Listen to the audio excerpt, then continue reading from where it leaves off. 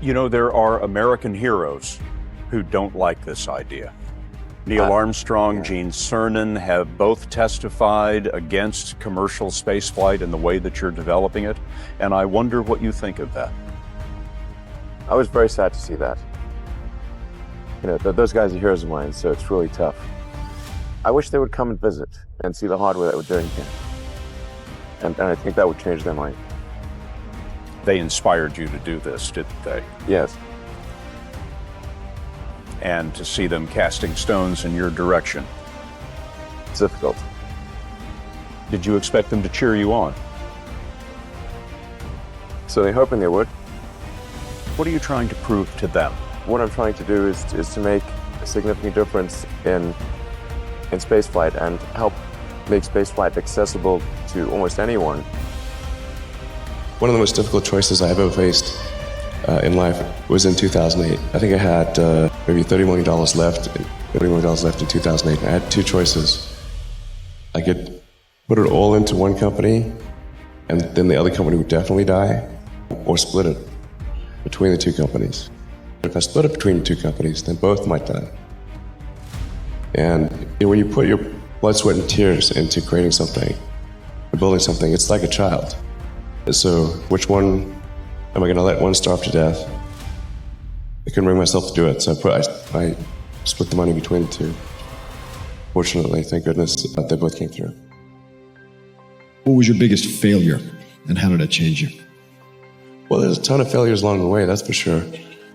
So for SpaceX, the first 3 launches failed, and just barely able to scrape together enough parts and money to do the 4th launch. If that 4th launch had failed, we would have been dead.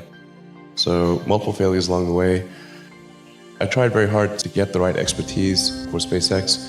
I tried hard to find a great chief engineer for the rocket. The good chief engineers wouldn't join, and the bad ones, well, there was no point in hiring them. So I ended up being chief engineer of the rocket. So if I could have found somebody better, then we would have maybe had less than 3 failures.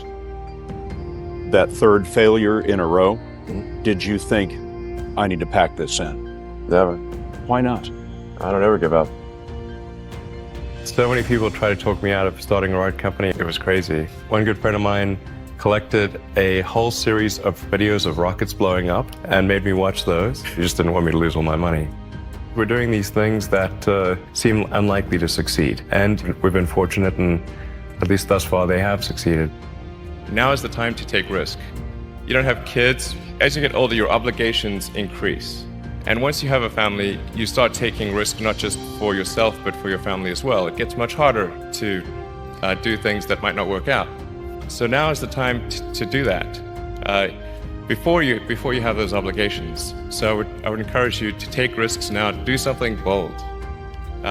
You won't regret it. How did you figure you were going to start a car company and be successful at it? Well, I didn't really think Tesla would be successful. I thought we would most likely fail. But I thought that we at least could address the false perception that people had that an electric car had to be ugly and slow and boring like a golf cart. But you say you didn't expect the company to be successful, then why try? If something's important enough, you should try, even if the probable outcome is failure. Or how do you think about making a decision when everyone tells you this is a crazy idea? Or where do you get the internal strength to do that? Well, first of all, I'd say I actually think I feel fear quite strongly. So it's not as though I just have the absence of fear. I feel it quite strongly. But there are just times when something is important enough, you believe in it enough, that you do it in spite of fear. I think about what technology solution is necessary in order to achieve the particular goal, and then try to make as much progress in that direction as possible. I think being a multi-planet species and being out there among the stars is important for the long-term survival of humanity, and that's one reason. But then the part that I find personally most motivating is that it creates a sense of adventure, and it makes people excited about the future. If you consider 2 futures, one where we are forever confined to Earth until eventually something terrible happens, or another future where we are out there on many planets, maybe even going beyond the solar system, I think that second version is incredibly exciting and inspiring, And there need to be reasons to get up in the morning. You know, life can't just be about solving problems. Otherwise, what's the point? It's got to be things that people find inspiring and make life worth living. When my brother and I were starting our first company, instead of getting an apartment, we just rented a small office and we slept on the couch. And we showered at the YMCA, and we're so hot up we had one computer, so the website was up during the day, and I was coding at night. 7 days a week, all the time. So briefly had a girlfriend in that period, and in order to be with me, she had to sleep in the office. So work hard like every waking hour. That's the thing I would say, particularly if you're starting a company. Whatever area that you get into, given that even if you're the best, there's always a chance of failure. So I think it's important that you really like whatever you're doing. If you don't like it, life is too short.